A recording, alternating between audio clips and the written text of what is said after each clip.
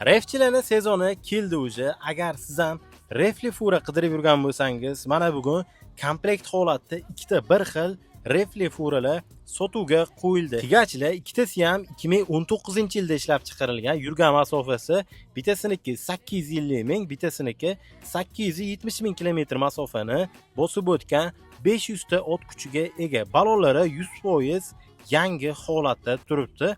Perseplari ikkitasi ham 2016-yilda ishlab chiqarilgan Schmitz Ref bo'ladi. Moslari Safmos Aggregated Carrier Vector 1950 taga.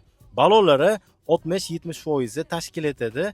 Holatlari a'lo, ishga tayyor holatda turibdi. Narxiga keladigan bo'lsak, egalari 100 ming AQSh dollardan deb aytayapti. Telefon qilib yana o'zlari bilan kelishsangiz bo'ladi. Manzil Toshkent. Egalarining telefon raqami har doimgidek videoni past qismida bo'ladi.